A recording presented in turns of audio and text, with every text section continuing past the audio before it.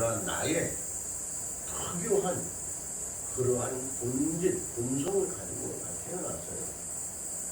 그것이 바로 부처의 자리예요. 부처의 자리인 거죠. 스님이 얘기한 분별력 이전에, 세간법 이전에, 아담과 이브의 어떤 그런 무화과 열매를 따먹기 이전에 그러한 상태로 나는 태어나는 겁니다. 누구나 다 그렇게 태어나는 거예요. 그렇지만 엄마의 손길을 받으면서 엄마가 주는 양식을 받으면서 나는 태어나는 거예요.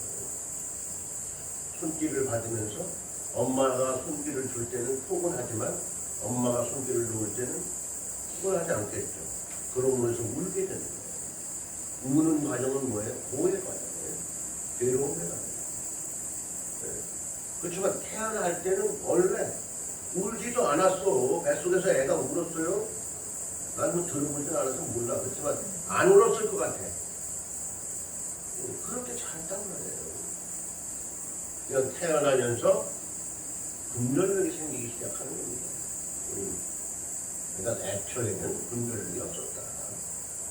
바로 그 자리가 부처의 자리요, 그 자리가 성인의 자리요, 그 자리가 예수님의 자리다.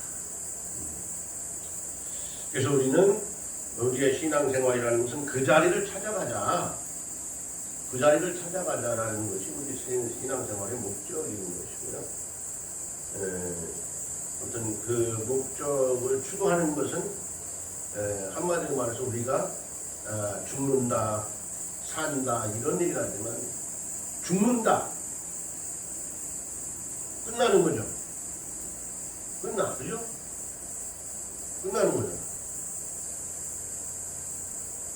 죽어, 끝나. 그러면 아무 일도 할 것도 없고 신앙생활도 할 게 없어요. 뭐 하려고 해? 그냥 내가 태어나서 내 멋대로 살다가 죽는 되는 거예요. 다 끝나는 거예요. 우리가 열심히 참회하면서 회개하면서 사는 이유는 죽지 않기 때문에 그런 거예요. 스님이 전 시간의 마지막 얘기 뭐죠? 나의 집 얘기했죠. 내가 잘 살았을 때 더 좋은 현실적인 나의 몸뚱이보다 더 좋은 집을 마련할 수가 있다는.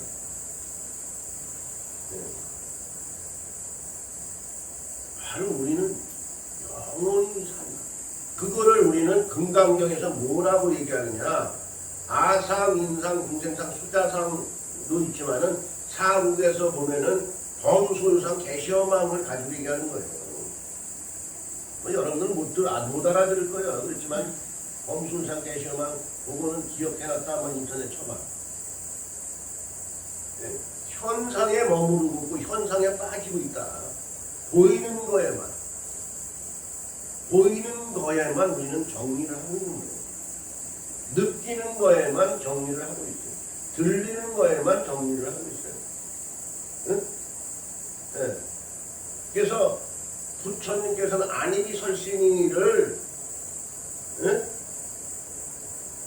육분육경 그거를 우리는 나름대로 유의해야 된다라는 얘기가 바로 거기서 나오는 겁니다.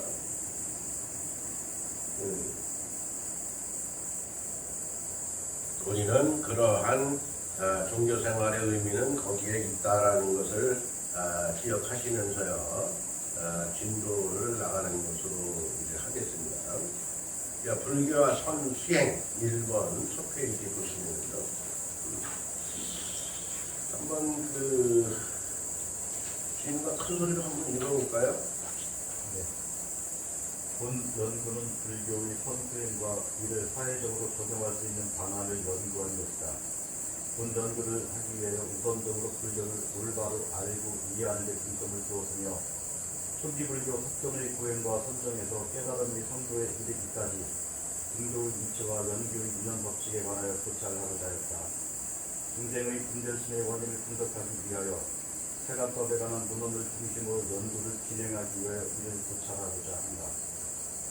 더불어 손수행과 명상과의 차이점, 마음 챙김과 오온에 관하여 면밀한 연구를 하게 되었다. 위 연구를 중심으로 현대생활의 불교 수행을 적용할 수 있는 방안으로는 단순한 관심만이 아니라 불교를 통찰하고 지혜를 증득한 마음의 상태에서 불교의 대중화를 위한 노력이 필요하다고 생각된다. 급속히 변화되어가는 가상현실 VR 20현실 세계에서 불교가 어떻게 대처해야 하는지도 고찰할 수 있었으며 가상현실 세계에서 접근성이 한국 불교의 명운이 달려있다고 볼 수 있다. 요 이제 두 단락에서 보면 스님이 지금까지 얘기한 어떤 부분들도 있죠. 뭐 깨달음, 중도, 세간법, 뭐 연기, 뭐 그런 부분에서 나오죠. 연기에 대해서도 나오고 세간법에 대해서도 나오고, 초기 불교 이제 선정, 수행, 고에 대해서도 나오기도 하고요. 그리고 이제 여기에서 또 나오는 것이 이제 선수행과 명상에 대해서 나오죠. 두 번째 단락 보면은 선수행과 명상의 차이점, 선수행과 명상의 차이점. 아마 여러분들 선수행이 또 명상이 아마 의문이 많이 될 거예요. 이것을 한꺼번에 풀어나가기는 그렇지만 명상 수행은 남방불교에서 시작되는 수행법이다. 이렇게 기억하고 있으면 될 거고요.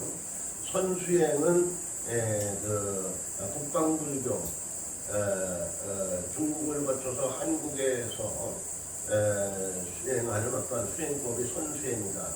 그래서 거기서 이제 선수행에 있어서는 여러 가지 수행법이 있지만은 한국은 가나선을 중심으로, 가나선에는 화두를 잡는다. 화두 얘기는 들었죠.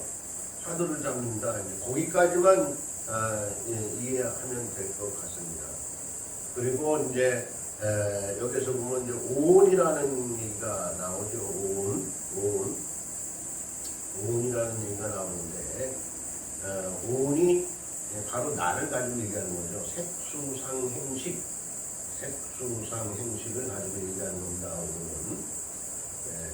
그래서 오온이라고 하니까 오도를 가지고 얘기하면 온도 오도를 가지고 얘기하는 게 아니라 착각하면 큰일 납니다.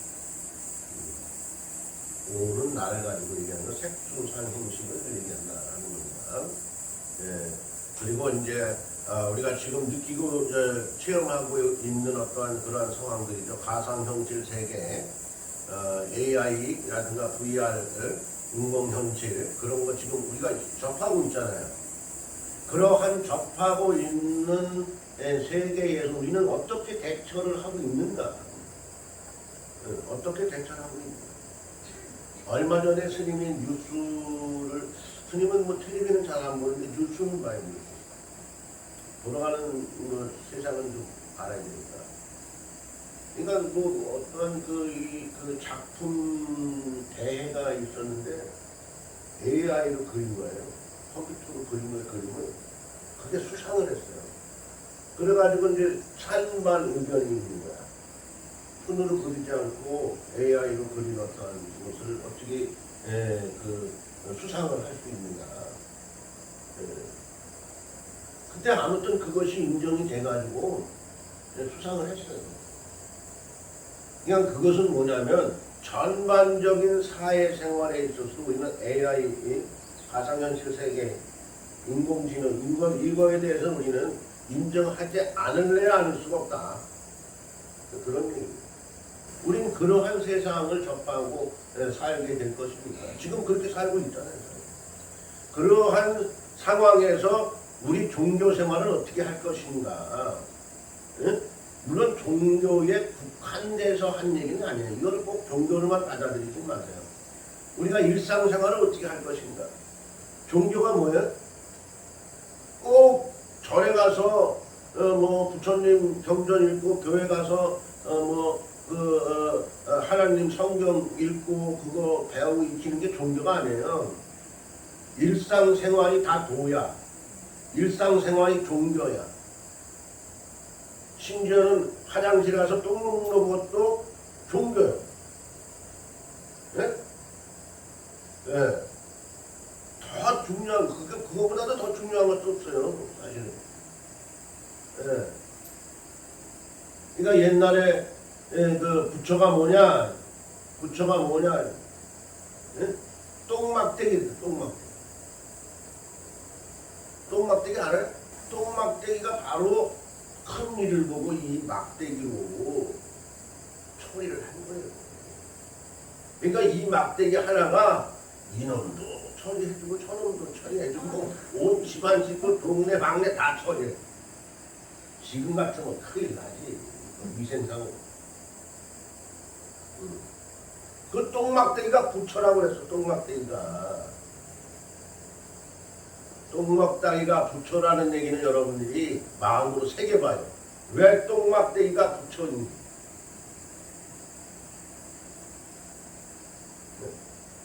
한마디로 말해서 부처가 아닌 것이 없지만은 변함이 없다는 거예요. 이 똥막대기는 부처도 변함이 없고 예수 또한 변함이 없고 분별도 없고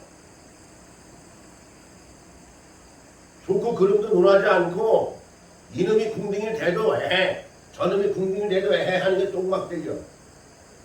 우린 그럴 수 있느냐? 그런 마음을 가지고 있지만 그러한 마음을 내지 못하고 있다. 아무튼 그러한 그 현실 속에서 우리는 살았지만 지금은 AI, VR이라든가 그러한 가상현실 또 인공지능 세계에서 우리는 생활을 하고 있고 정말 부귀영화를 누리고 있는 겁니다. 그 똥막대기를 쓰던 그런 시절에서 예? 지금은 부귀영화를 누리고 있어요. 예. 그래서 아무튼 그러한 변화된 생활 속에서 우리는 살아가고 있지만 그 살아가고 있어도 그 생활 속에서 살아가고 있는 것이 우리들의 능력인데 그 능력이 바로 불교 용어에서는 근기로 분별이 되지만 예? 그 능력이라는 것은 말이죠. 적응력이 대단하다는 거 우리 인간은. 거기에 살아남기 위해서 신체적인 변화도 오고 있는 거예요. 신체적인 변화도 오고 있는 거예요. 옛날에 우리 그 한민족의 체형과 지금의 우리 민족의 체형은 많이 달라져 있습니다. 왜? 그러한 환경에 자연적으로 적응이 되면서 우리의 신체 조건이 그렇게 발달됩니다. 얼마나 오묘한 거예요. 예. 그러니까 나를 키우기 위해서는 어떻게 해야 돼요? 나를 키우기 위해서는 내 마음을 잘 써야 돼요. 마음을 잘 쓰기 위해서는 예? 진실된 공부를 해서 나를 쓰기 시켜야 돼요. 습관화 시켜야 돼요. 예를 들어서 우리 소장님이 만약 인상만 이렇게 쓰있어요. 네? 예를 들어서 그럼 그렇게 변하는 거야.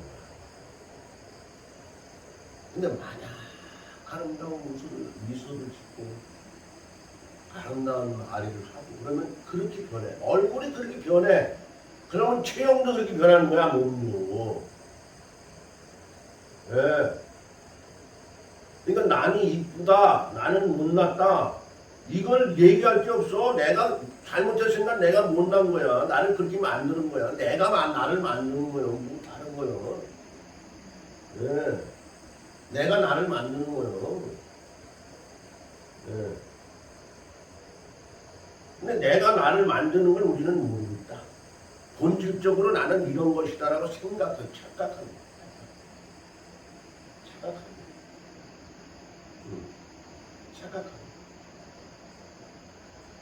근데 그 만드는 것이 바로 금방 만들어지진 않는다. 나를 어떻게 그 교육을 통해서 습관화시키느냐. 네, 그게 아주 중요한 거예요. 그래서 우리는 항상 나는 공부하는 학생이다라는 생각으로 살아야 됩니다. 그거를 나를 겸손하게 만들고 나를 거룩하게 만듭니다.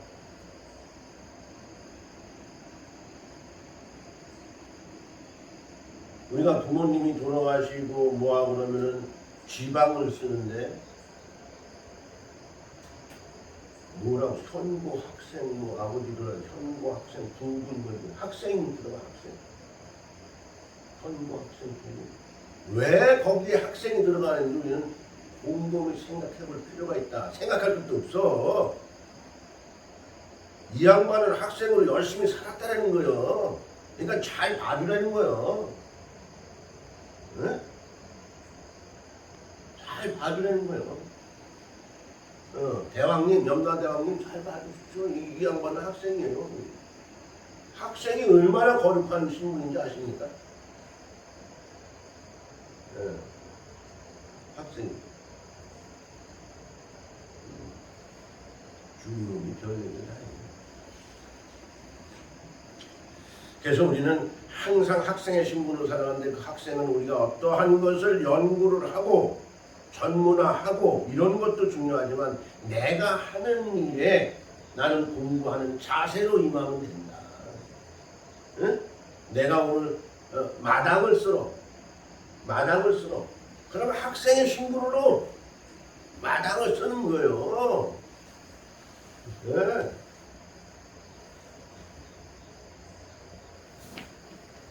다른 거 없어. 네. 학생의 신분으로 마당을 쓰는 거예요. 네.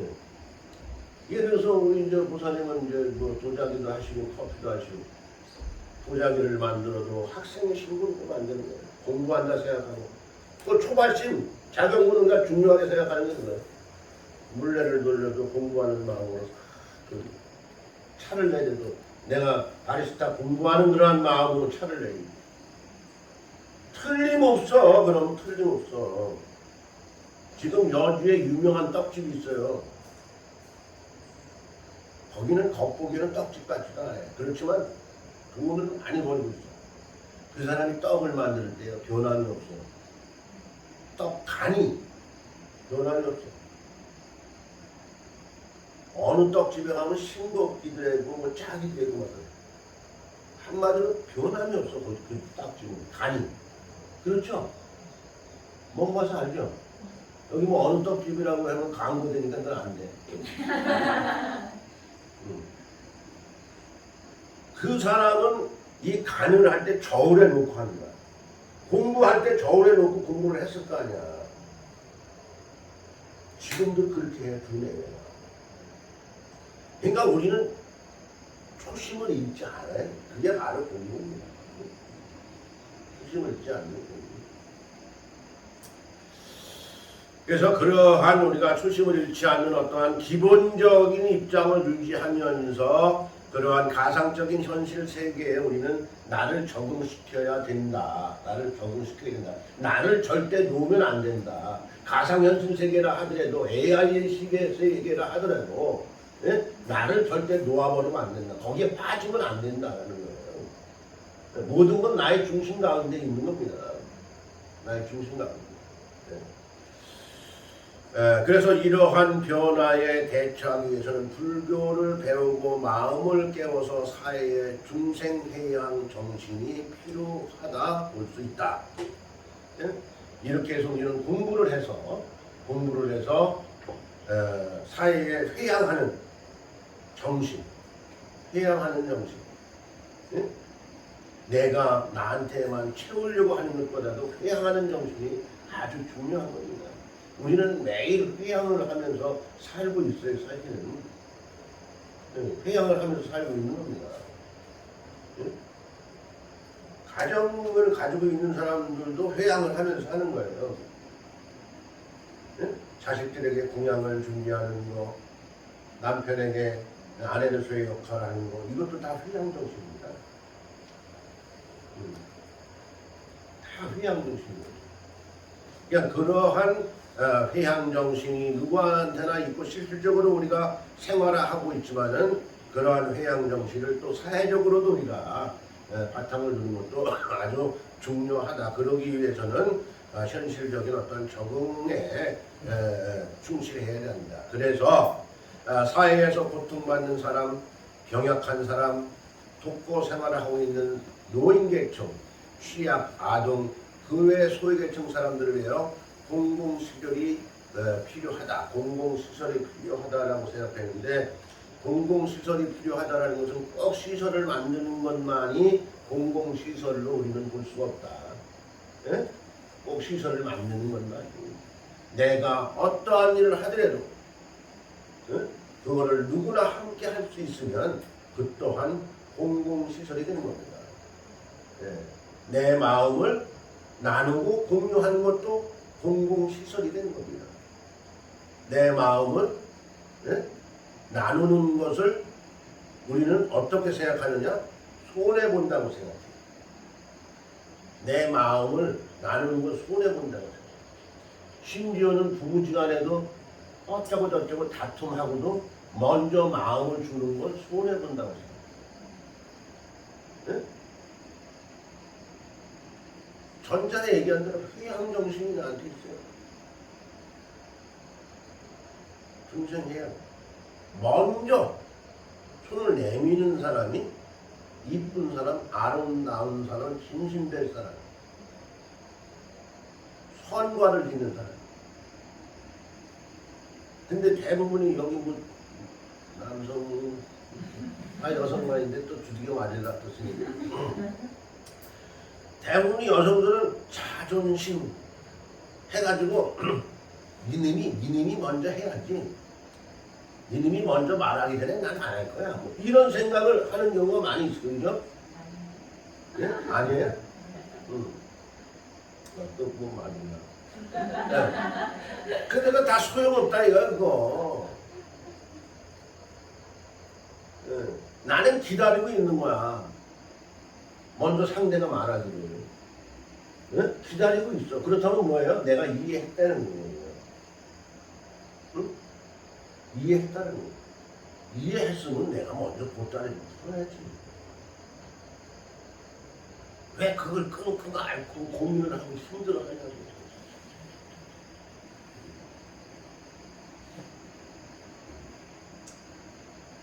스님도 화가 날 때가 많이 있어요. 화가 날 때. 누구나 그러한 문제들을 가지고 우리가 안고 갈 필요는 없다. 응? 그러한 문제를 가지고 안고 갈 필요는 없다. 우리가 삶에 있어서도 지적할 일은 분명히 지적하는 것이 응? 나를 위한 것도 중요하지만 대상을 위해서도 아주 중요한 겁니다. 우리가 자손의 교육에 있어서도 마찬가지고 무조건 안고만 가서는 안 됩니다. 응? 내가 안고 가는 사랑에 대해서는 표현을 해줄 수 있죠. 그 표현이 뭐예요? 나는 너를 무조건 이해하고 사랑한다. 이런 말도 필요 없는 거예요. 어느 땐가 지적을 하고 어느 땐가 그 지적한 부분에 대해서 바로 풀어줄 수 있는 것이 표시예요. 그러므로 해서 그 사람은 느낍니다. 느낍니다. 이해가 가나요? 예, 그래요. 네. 그래서 아무튼 이를 해결하기 위한 방안으로 가람을 짓고 이제 그런 얘기는 아무튼 뭐 불교적인 어떠한 그 포교 활동에 대해서 얘기했고 현실적으로 이제 뭔가 그렇게 포교 활동을 하는 어떠한 그러한 가람들에 대해서 용어를 가람의 그 이름을 정리를 해놨습니다. 그리고 이제 그 다음 단락에 보면은 이제 불교는 대중과 함께 포교에 많은 관심을 가지고 있고 이를 위해 도심에 가람을 짓는 추세이다. 이러한 상황에서 가람을 짓는 형태가 전통성을 유지하는 것도 중요하지만 변화되는 시대의 흐름에 맞추는 것도 더욱 중요한 불교의 과제가 아닌가 생각한다. 아까도 얘기했지만 꼭 불교에만 국한되어 있는 것도 아니고 가람에만 국한되어 있는 것이 아니죠. 불교 또한 가람 또한 내 마음에 있는 겁니다. 일상생활에 나를 여기에 비유하고 방편으로 쓰면 되는 거다 이렇게 말씀드리고 싶고요. 이러한 변화가 불교를 현대생활에 적용할 수 있는 우선적인 실천행위라고 볼 수 있으며 불교를 현대생활에 적용할 수 있는 방안을 석존의 사상을 바로 알고 이해하는 것이 우선되어야 하며 그러기 위하여 마음 공부가 필요하다. 어디 가나 마음이 붙어있어. 그죠? 마음이 싸구려요. 예. 어디 가나 붙어있어. 마음이 안 붙어있는 데는 없어. 그러니까 이것을 우리가 나름대로 잘 그 나의 생활에 적용할 수 있는 것이 아주 그 지혜로운 사람이다라고 이제 할 수 있고요. 그래서 마음고구를 통해 자신을 배우고 사회에 보이심으로 꾸준히 실행하는 것이 중요하다. 배는 물에 있어야 나아갈 수 있다. 배가 물에 있어야 되죠. 배는 물에 있어야 되죠. 물이 없으면 배 역할을 못하죠. 그죠? 그렇다고 배에다가 물만 가득 채우게 되면 어떻게 되는 거예요? 배가 충분하죠. 이거 아주 중요한 얘기예요.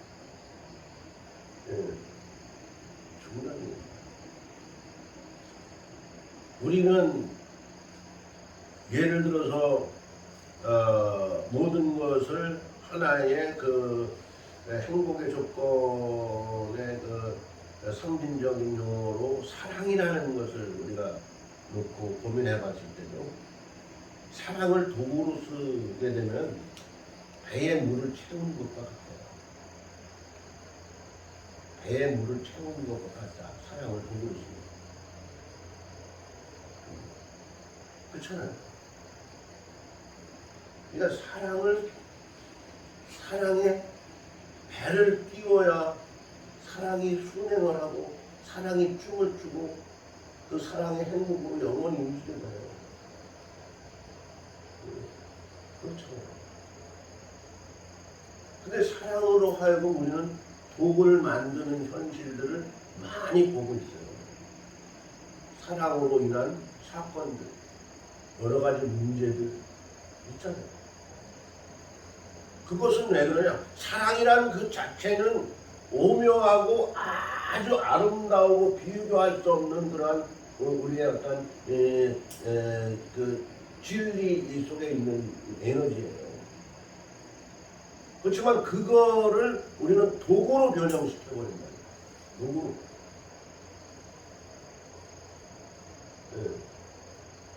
그러니까 그러한 것을 잘 쓰는 지혜를 유지하기 위해서 우리는 공부를 하는 거예요. 공부를 하는 거예요. 거기에서 어떤 신앙생활을 하게 되고 그 신앙생활의 기본적인 틀에는 기초 첫 번째 뭐예요? 첫 번째 신앙생활의 첫 번째 뭐라고 그랬어요?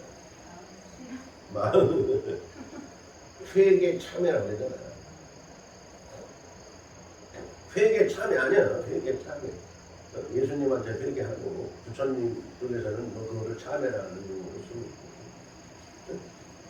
뭐 진리는 어려운 데 있는 게 아니야. 다 그냥 쉬워 진리는. 사랑이라는 그러한 에너지 속에도 우리가 그러한 참회와 회개라는 것을 그대로 유지하면서 사랑을 쓰면요, 그 사랑은 물에 뜬 배와 같이